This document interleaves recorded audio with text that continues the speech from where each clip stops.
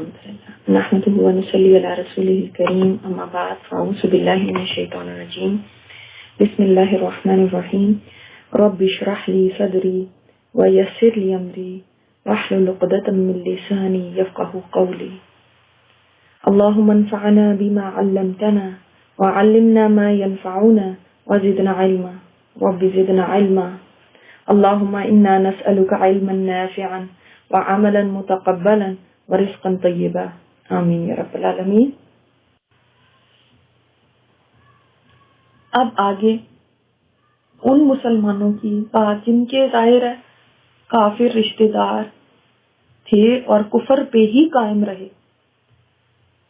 یا ایھا الذین آمنوا، اے ایمان والو، لا تتخذوا، نہ تم بناؤ، آباءکم، اپنے آبا کو، اپنے باپوں کو، وَإِخْوَانَكُمْ، اور اپنے بھائیوں کو، اولیاء، دوست۔ کون سا دوست؟ ایسا دوست کہ جو دلی دوست ہو، جو رازدار ہو، یعنی جس کے پاس مسلمانوں کے راز بھی آپ دیں، وہ ایسا دوست نہ بناؤ۔ یہ نہیں کہا گیا کہ ان کے ساتھ بات ہی نہیں کرنی، ان کے ساتھ آپ نے کبھی کوئی تعلقات نہیں رکھنے، یہ نہیں کہا گیا، بلکہ دوست نہ بناؤ یعنی ان کو رازدان نہ بناؤ۔ آگے ایک شرط بھی ہے، انہیں تحب الکفر، اگر وہ ترجیح دیں کفر کو علی الایمان، ایمان پر۔ اور یہ بات کب کہی جا رہی ہے؟ میں نے بتایا تھا سورہ توبہ آخری کی صورتوں میں سے ہے۔ یہ شروع میں نہیں کہا جا رہا کہ بھئی آپ نے نہیں ان سے بات کرنی، آپ نے ان کو یا آپ نے ان کو اولیاء نہیں بنانا، سوری بات کرنے کی تو کبھی بھی نہیں بات آئی، آپ نے ان کو اولیاء نہیں بنانا، یہ نہیں شروع میں کہا گیا۔ اب آخر میں آگے کہا گیا کہ اتنے سالوں تک ان کو دعوت و تبلیغ کا کام کیا گیا ان کے اوپر، لیکن پھر بھی یہ کفر کو ترجیح دیتے ہیں ایمان پہ، اور کفر سے ہی ان کا لگاؤ ہے اور کفر میں ان کا دل لگتا ہے، تو اب آپ نے ان کو اولیاء نہیں بنانا۔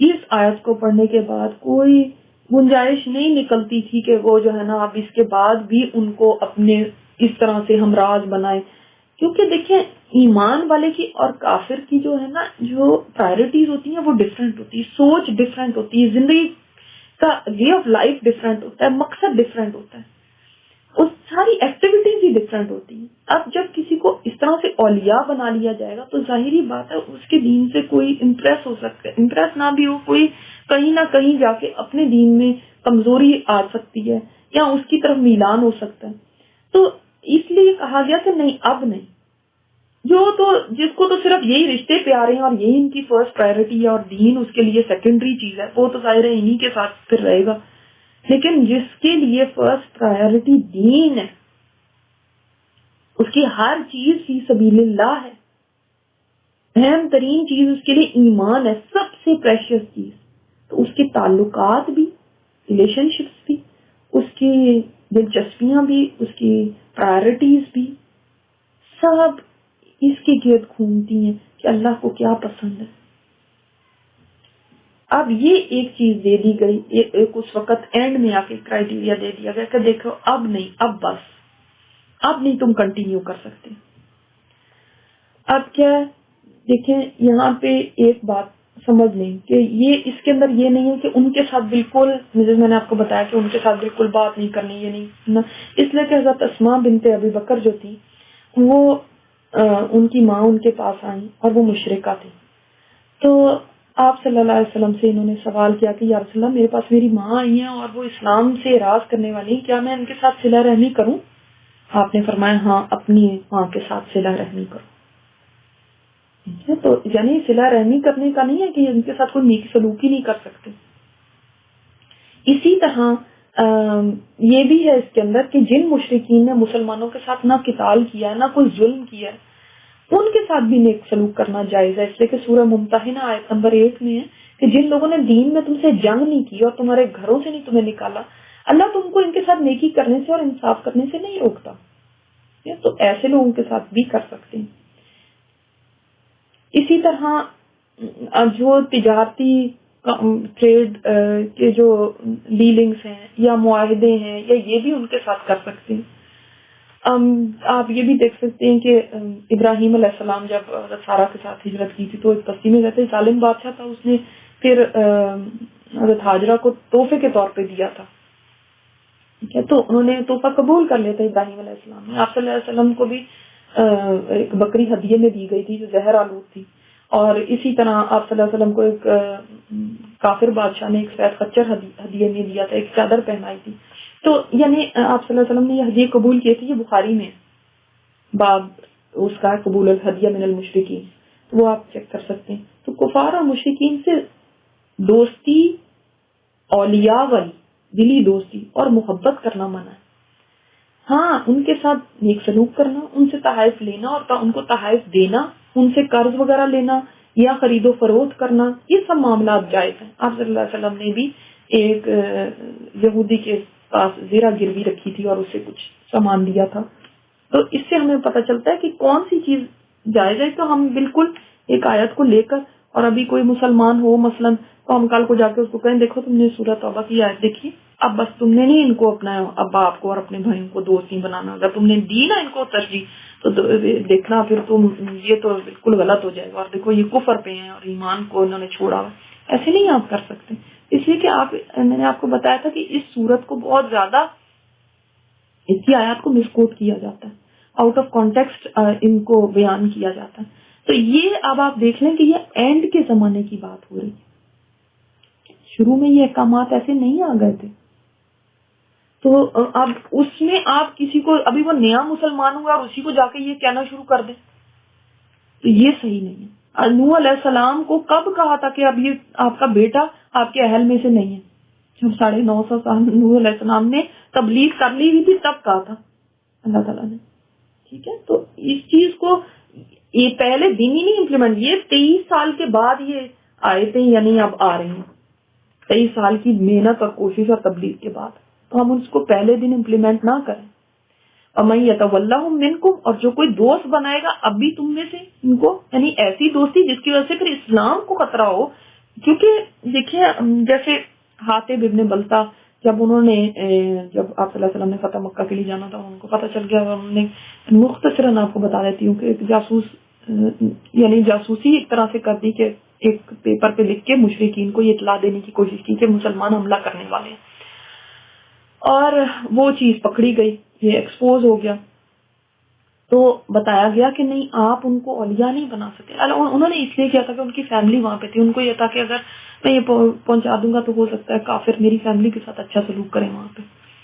تو یہ ایک ایگزامپل آپ کے سامنے آ گئی. تو ایسی کوئی بھی چیز جس سے اسلام کو کوئی نقصان پہنچ سکتا ہو یا کچھ ہے, ایسی دوستیاں نہ کرو. اولئک هم ظالمون, جو پھر بھی دوستی کرے گا ان کے ساتھ ایسی, تو پھر وہ ظالموں میں سے ہے. یہی تو پھر ظلم ہے نا, کہ کافر آباء و اجداد کی خاطر, کافر بھائیوں کی خاطر اللہ اور رسول کو بھی پیچھے کر دیا جائے. کسی طرح بھی اللہ اور رسول کو پیچھے نہیں کر سکتے, کسی کی بھی رشتہ داری میں, کسی بھی دوستی میں. مکہ میں رہنے والے مسلمانوں سے تو یہ تھا کیونکہ ان کے تو کافر ظاہر ہے وہاں پہ تھے, اور یہی رشتے ان کے پیروں کی بیڑیاں بن چکے تھے. ہر انسان اپنے رشتہ داروں اور ان کے ساتھ اس کا تعلق ہوتا ہے, لیکن یہاں پہ بتا دیا گیا نہیں, محبتوں کا بھی امتحان اللہ تعالیٰ لیتا ہے, جس سے محبت زیادہ ہے. اور یہاں پہ تو اب الٹیمیٹ آیت آ گئی, فیصلہ کن آیت آ گئی ہے.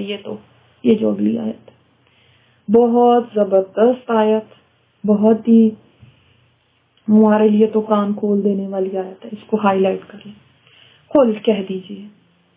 ہم نے آپ کو نمبرنگ کراؤں گی, آپ نمبر کرتے جائیں. ان کا نا اگر ہیں, آباؤکم, نمبر 1 تمہارے باپ, یعنی ماں باپ دادا, یہ سارے آبا ہی ہو گئے, آباء و اجداد.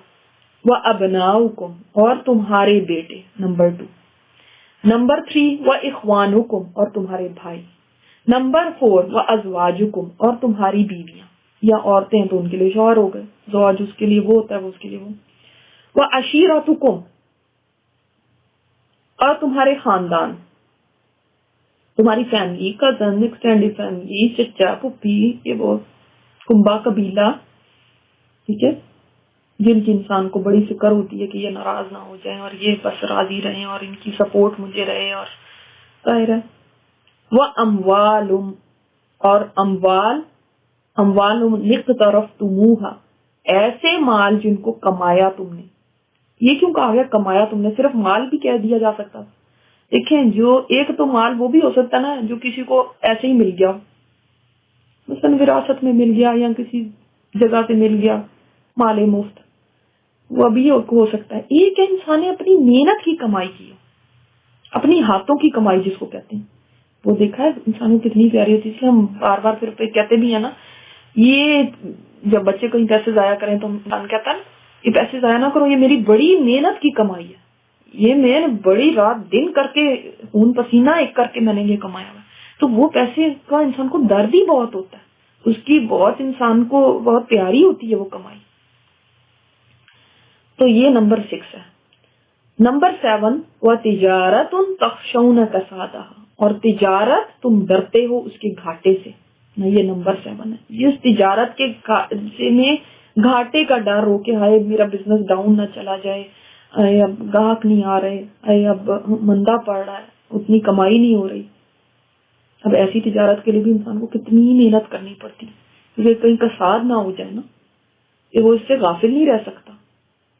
تو یہ بھی بڑا پیارا ہوتا ہے پھر، کیونکہ انسان کا سرمایہ لگا ہوتا ہے نا، اس کی انویسٹمنٹ ہوتی ہے اس میں. وہ مساکن، اور گھر تردونہا، تم پسند کرتے ہو ان کو، یعنی ایسے گھر جن کو تم پسند کرتے ہو. یہ نمبر 8 ہوگا. وہ گھر جو پسند کرتے ہو کا مطلب کیا؟ ہو سکتا ہے کوئی ایسا گھر ہو کسی کو نہ پسند ہو، لیکن ایک گھر ہوتے نا بڑے چاؤ سے آپ نے بنوایا گھر، پھر اس کو سجایا، پھر اس میں ہر اپنی پسند کی چیز لا کے دنیا جہان سے اکٹھی کر کے رکھی ہوئی ہے. اب وہ گھر آپ کو اتنا پیارا ہے، بس آپ اس گھر کو سجاتی سنوارتی رہتی ہیں ہر وقت. وہ یعنی اس کے پر بڑی یعنی آپ کی بڑی محنت لگی ہوئی بھی ہے اور بڑا آپ کو پسند ہے وہ، اور بس اسی کے اوپر سوچتی رہتے ہیں کہ اس کے اوپر اب گھر میں کیا پروجیکٹ کیا جائے، کس طرح اس کو اور بہتر کیا جائے، کس طرح اس کو اور خوبصورت بنایا جائے. تو وہ بڑے پسند کے گھر ہے نا، بڑے اپنے اس سے چاؤ کے ساتھ ان کو سجایا سنوارا ہوتا ہے. احب الیکم، زیادہ پیارے ہیں تمہاری طرف. کیا زیادہ پیارے ہیں؟ یہ 8 چیزیں، نمبرنگ اب آپ نے کر لی ہے نا، یہ 8 چیزیں زیادہ پیاری ہیں تمہیں. کس سے؟ من اللہ، اللہ سے، ورسولہ، اور اس کے رسول سے. اور اگین پھر آ گیا وہی لفظ، اس لیے ہی میں نے آپ کو شروع میں سمجھا دیا. وَجِہَادٍ فِي سَبِيلِهِ، اور اس کے راستے میں جہاد کرنے سے. اگر تمہیں یہ 8 چیزیں زیادہ پیاری ہیں ان 3 چیزوں سے. کون سی 3 چیزوں سے؟ اللہ، اس کا رسول اور جہاد فی سبیل. ان 3 چیزوں سے زیادہ تمہیں ان 8 میں سے چلو کوئی ایک ہی چیز ہو سکتی ہے جو بہت ہی کسی کو پیاری ہو. مثلا کسی کو گھر ہی، بس اس کی تو زندگی گھر رہنا، اس نے تو بس گھروں کو ہی اپنی زندگی قربان کر دی ان کے پیچھے. یا کوئی اس کے رشتہ دار جو ہیں یا اولاد جو ہے، بس وہ اپنے آپ کو جیسے ان کے اوپر ہی لٹا چکی ہے، اس نے اپنی زندگی ان کے اوپر لگا دی. یا کسی کا کیریئر ہے، اب آپ تجارت کے اندر آپ جاب بھی لے سکتے ہیں اور تجارت ٹریڈنگ مطلب بزنس بھی لے سکتے ہیں، دونوں چیزیں اس میں آ گئی. بزنس والے کا بھی دیکھیں ہر وقت بزنس کا دھن سوار رہتی ہے نا، دن اور رات اس کے اندر ہی دماغ لگا رہتا ہے. تو یہ 8 سمجھ لیں ایک ویکنیس ہے انسان کی، کمزوریاں. رشتے بھی انسان کی کمزوری ہوتی ہیں، ان میں بچے بہت زیادہ کمزوری ہوتے ہیں، اور کہیں اور بھی کمزوریاں. یہ ساری کسی کے لیے کوئی ہو سکتی، کسی کے لیے کوئی. ضروری نہیں ساری 8 ہی ٹاپ پہ ہوں، ان میں سے کوئی نمبر 1 پہ اور کوئی نمبر 2 پہ اور کوئی نمبر 3 پہ بھی ہو سکتی ہے اس طرح. مگر ان شارٹ یہ 8 تمہیں اگر اللہ، اس کے رسول اور جہاد سے زیادہ ہے عزیز، زیادہ تمہیں یہ پیارے ہیں، زیادہ ان سے محبت ہے، تو کیا کرو؟ کیا ہوگا پھر؟ فتربصوا، انتظار کرو پھر. اللہ اکبر. کس چیز کا؟ حتی یاتی اللہ بامری، حتیٰ کہ آ جائے اللہ کا فیصلہ. اللہ اپنا فیصلہ سنا دے، اللہ اپنا فیصلہ لے آئے. اور یہ فیصلہ کون سا ہے؟ کوئی عذاب کا فیصلہ بھی ہو سکتا ہے، کوئی دنیا میں بھی یہ چیزیں چھن سکتی ہیں، یہ کوئی دنیا میں ان کے اوپر کوئی ایسا وبال اللہ تعالیٰ لا سکتا ہے، کوئی ان کی طرف سے ہی کوئی ایسی تکلیف آ سکتی ہے. یعنی اللہ کوئی فیصلہ لے آئے. اچھا اب دیکھ لیں آپ کہ یہ محبتیں ایک ترازو میں رکھ دی گئی. یہ ترازو آپ انسان اپنے یعنی ایک ذہن میں ایک ترازو بنا لیں.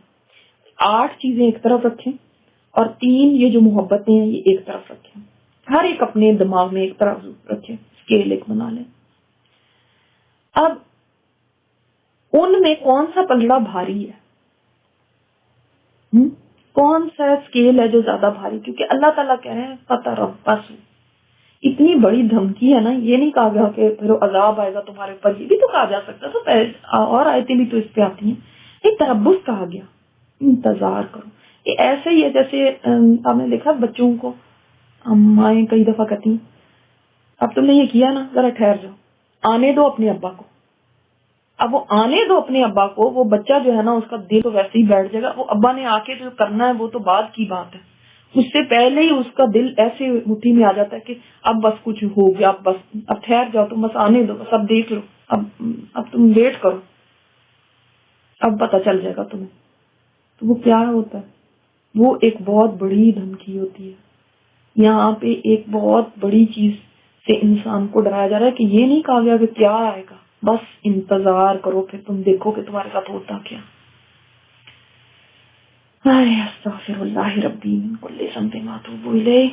آپ صلی اللہ علیہ وسلم نے فرمایا تھا کہ جب تم بے آئینہ یعنی تجارت کی ایک قسم ہوتی ہے اس کو اختیار کر لو گے اور گایوں کی دمیں پکڑ کر کھیتی باڑی پر راضی ہو جاؤ گے. یعنی گایوں کی دمیں پکڑ کے کیا مطلب ہے؟ اس زمانے میں یہ بیلوں سے ہی جو کیا جاتا تھا نا کھیتی باڑی، یعنی اس میں ہی لگ جاؤ گے. اب زمین کی اس میں یہ بھی ایک ارننگ کی یعنی اپنی کمائیاں کرنے میں، یا تجارت بھی کمائی ہے. اور جہاد چھوڑ دو گے تو اللہ تم پر ایسی ذلت مسلط کر دے گا جس سے تم تب ہی نکل سکو گے جب تم دین کی طرف واپس پلٹو. تو جب تک تم اس میں سے نہیں نکل سکو گے ایسی ذلت میں سے جب تک تم دین کی طرف واپس نہیں پلٹ جاتے. اتنا بڑا ہے جہاد فی سبیل اللہ کو چھوڑنا، اتنی بڑی ذلت ہے اس کے اندر. ذلت مسلط تو ہوئی بھی ہے. نہیں یہاں پہ اب کیا بتا دیا گیا؟ امتحان کے پرچے بتا دیے گئے. یہ پرچے ہیں، یہ آپ کے امتحان ہیں. یہ نہیں کہا گیا آپ کو کہ آپ ان سے محبت نہیں کر سکتے. یہ بات یاد رکھیں. ایک انسان کے دل میں اللہ تعالیٰ نہیں ڈالی ہوئی، ایک فطری محبت ہے. بچوں کی بھی محبت ہے، شوہر کی بھی محبت ہے، بہن بھائیوں کی بھی محبت ہے، خاندان کی بھی ہے. اور اگر نہ یہ محبت تو اس کی تو محبت کو بلکہ کہا گیا ہے کہ والدین کے ساتھ یہ سلوک کرو یا رشتہ داروں کے ساتھ صلہ رحمی کرو. مال کمانے کا بھی اس کو بھی عین عبادت کہا گیا. پھر کیا ہے، آپ ظاہر ہے گھر بنائیں گے بھی، اس کے اندر رہنا ہے تو گھر کو بنانا بھی ہوگا. تو پھر کیا چیز ہے جو غلط ہے؟ بات یہ ہے کہ جب یہ محبتیں اتنی اپنی لمٹس کو کراس کر جائیں کہ اللہ اور اس کے رسول اب جہاد سے بھی زیادہ اوپر ہو جائیں تو پھر ہے تمہارے لیے وارننگ. بالکل ایسے ہی کینسر کیا چیز ہے؟ آپ کی باڈی میں یہ جو جتنے سیلز ہیں، جب یہ کسی آرگن کے بھی وہ سیلز بے طرح بڑھنا شروع ہو جائیں، آؤٹ آف کنٹرول ہی بڑھنا شروع ہو جائے، وہ کینسر بن جاتا ہے. کوئی بھی چیز جب اپنی لمٹ میں رہے نا تو تبھی ٹھیک ہوتی ہے. جب یہ محبتیں اتنی بڑھ جائیں، ان کا یہ کام نہیں، ان کی یہ چیز نہیں ہے کہ یہ ان کے لائق نہیں ہے کہ اتنی بڑھ جائے کہ بس اللہ کے حکم کی بھی پرواہ نہیں رہے، رسول کی بات کی پرواہ نہیں ہے، دین کی کوئی پرواہ نہیں ہے. بس ان محبتوں میں ایسے ہیں کہ اب ان کے سامنے میں کیا بولوں، اور بچوں کو کیا کہوں، میں ان کو کیا کہوں، اور بچوں کو بھی تو راضی کرنا. ہائے میرے بہن بھائی ناراض ہو جائیں گے، ہائے امی ابو ناراض ہو جائیں گے، اب کیا کروں، پھر جاب بھی تو ہے نا، اب کیا کروں، گھر کو بھی تو ٹائم دینا. اگر یہ اتنے ہی تمہارے لیے عزیز ہو گئے ہیں فتربص، لسٹ ہمارے سامنے ہے بالکل، اس میں تو کوئی اتنی ایکسپلین کرنے کی بھی بات نہیں. ہمارے نبی کریم صلی اللہ علیہ وسلم کی بھی زندگی تھی. ایسا نہیں تھا کہ وہ اپنی فیملی کو کوئی ٹائم نہیں دیتے تھے، ایسا نہیں تھا اپنی بیویوں سے محبت نہیں کرتے تھے، بہت محبت کرتے تھے، اپنے خاندان والوں کو بہت محبت کرتے تھے. ٹھیک ہے، لیکن کیا تھا؟ عائشہ رضی اللہ تعالیٰ نے فرماتی کہ جب ہمارے ساتھ بیٹھے ہوتے تھے تو اتنی اچھی باتیں ہو رہی تھی، سب ہو رہا تھا، لیکن جو ہی اذان کی آواز آتی تھی ایسے ہو جاتے تھے جیسے اجنبی ہیں. اللہ سے زیادہ کسی کی محبت نہ ہو. ہم تو چھوٹی چھوٹی چیزوں کو بہانا اور ریزن بنا لیتے ہیں، بس اس نے کہہ دیا، بس اس کا مجبوری ہو گئی، بس ایسے ہو گیا، بس کیا کریں. نہیں، یہ جو 8 چیزیں ہیں نا، اللہ اکبر، ایسے لگتا ہے کہ اللہ تعالیٰ نے چن چن کے ہماری جو ویکنیسز ہیں وہ ہمارے سامنے رکھ دی، کیونکہ ہماری تو زندگی ان 8 چیزوں سے باہر نکلتی ہی نہیں ہے. یہی ہے، ہم میں سے ہر کوئی ان میں سے ہی کسی کے ساتھ اتنا انوالو ہے کہ پیچھے کیا ہوا ہم نے دین کے راستے میں اسٹرگل کرنے کو. ہمارے پاس اللہ کے لیے ٹائم نہیں، ہمارے پاس اس دین کے راستے میں کوئی ٹائم نہیں. لیکن جب ہمیں ٹائم نکالنے کو کہا جاتا ہے، کیا کہتے ہیں آپ دیکھیے گا، انہی میں سے کوئی چیز ہوگی. کوئی کہے گا بچے چھوٹے ہیں کیا کریں، کوئی کہے گا جاب ہے کیا کریں، کوئی کہے گا گھر کی مصروفیات اتنی ہوتی، گھر کے کام ہی نہیں ختم ہوتے کیا کریں، کوئی کہے گا میرا شوہر نہیں مانتا کیا کروں. آ گئی نا سب چیزیں اسی کے اندر. کیا کریں، فیملی والے بہت ان کے کام اتنی، ان کی مہمان نوازیاں ہوتی ہیں کہ وہی بس اس میں ہی ٹائم چلا جاتا ہے. کسی کا دل گھروں میں اٹکا ہوا ہے تو کسی کا کریئر میں اٹکا ہوا ہے، کسی کا جاب میں اٹکا ہوا ہے، کسی کا کسی میں اٹکا ہوا ہے. تو آپ دیکھ لیں کہ لے دے کے اس کے گھر گھومتی ہے. اور امام بیضاوی ان کی تفسیر ہے، انہوں نے فرمایا بہت کم لوگ ہیں جو اس آیت کی وعید سے مستثنا ہیں، یعنی اس سے ایگزمپٹڈ بہت کم لوگ ہیں، بہت کم لوگ ہیں، زیادہ تر لوگ اسی کے اندر شامل ہیں. کیونکہ فرماتے ہیں کہ عام طور پر بڑے بڑے عابد، زاہد، عالم، متقی بھی اہل و عیار اور مال و متاع کی محبت سے مغلوب نظر آتے ہیں، الا ماشاء اللہ. زیادہ تر لوگ ان کی محبت میں اتنے ہو جاتے ہیں. طبعی محبت کی بات نہیں ہو رہی ہے، یاد رکھیے گا یہ بات. ایک اللہ تعالیٰ نے طبیعت میں ایک محبت ڈالی، بچوں کے لیے ہوگی نہیں تو لوگ بچوں کو پھینک دیں گے اٹھا کے، کوئی نہیں ان کی پرورش کرے. ایک طبعی محبت تو ہے، لیکن وہ محبت حد سے نہ بڑھے کہ اللہ کے حکم کو توڑنا شروع کر دیں. ٹھیک ہے، یعنی محبت سے روکا نہیں جا رہا، مگر سب کی محبت اللہ کی خاطر ہو. کسی کی بھی محبت اللہ کی محبت پہ غالب نہ آ جائے، اس لیے محبت ہو کہ یہ اللہ نے حکم دیا ہے کہ میں مال کماؤں اپنے اہل و عیال کے لیے، ان کے منہ میں رزق حلال ڈالوں. اللہ کا حکم ہے کہ میں اپنی بیویوں سے اچھا سلوک کروں. اللہ کا حکم ہے کہ میں اپنے بچوں کی صحیح پرورش کروں. تو یہ اس طرح سے سوچو، یہ چیزیں اسی لیے عزیز ہوں. لیکن اگر یہ ٹکرانے لگیں یہی محبتیں اللہ کی محبت سے، تو پھر مشکل ہو جائے گی. لیکن آپ کیا کریں، ہمارے پاس ناپنے تھرمامیٹر تو ہے نہیں کہ ہم اسے دیکھ لیں، چیک کر لیں کہ اچھا جی ٹکرا رہی ہے کہ نہیں ٹکرا رہی، کون سی زیادہ اور کون سی کم ہے. کوئی پیمانہ تو ہے نہیں ہمارے پاس، کوئی چیز چیک کرنے کی تو ہے نہیں. کیسے چیک کریں گے پھر آپ؟ ہاں، اب دماغ میں بھی اسکیل رکھ لیا لیکن کچھ سمجھ تو آ نہیں رہی. کیسے کریں گے؟ دیکھیں، جب ایک طرف اللہ کا حکم آ جائے اور دوسری طرف ان محبتوں میں سے کوئی محبت آڑے آ جائے، ٹکرانے لگے اللہ کے حکم سے، اب میں کس کو چوز کرتی ہوں؟ وہ مشرک کہتے تھے نا کہ قرآن پاک میں بھی آتا ہے کہ جب ان سے کہا جاتا تھا اللہ کی پیروی کرو، اللہ کی بات کو مانو، یہ اللہ کے حکموں کو پہ چلو، تو وہ کہتے تھے ہم تو اسی کی پیروی کریں گے جس پہ ہم نے اپنے باپ دادا کو پایا. ایسے ہم نے پڑھا، کیونکہ باپ دادا کی محبت اللہ کی محبت سے آگے تھی. اور کہیں اولاد فتنہ بن جاتی کہ اولاد کی خاطر انسان حرام کمانے لگتا ہے. کہیں برادری کے رسوم و رواج، ان کے لائکس اور ڈس لائکس، ان کی خاطر انسان اللہ کے حکموں کو توڑتا ہے. اگر برادری میں بیٹیوں کا حق دینا نہیں ہے تو نہیں دیتے، کیونکہ برادری کیا کہے گی. اگر شراب سے، سود کمانے سے پیسہ بڑھتا نظر آتا ہے تو اس کو زیادہ سمجھتے ہیں اور اللہ کی بات کو توڑ دیتے ہیں. اگر یہ عمارتیں، یہ گھر، یہ مکان اتنے زیادہ عزیز ہو جاتے ہیں کہ اللہ کے لیے وقت ہی نہیں نکلتا، تو ظاہر ہے کس کی محبت زیادہ ہوگی. تو اگر اللہ سے زیادہ تمہیں یہ دنیا، یہ رشتے، یہ چیزیں، یہ مال، یہ سب اللہ سے زیادہ عزیز ہو گئے نا، تو پھر بس انتظار کرو.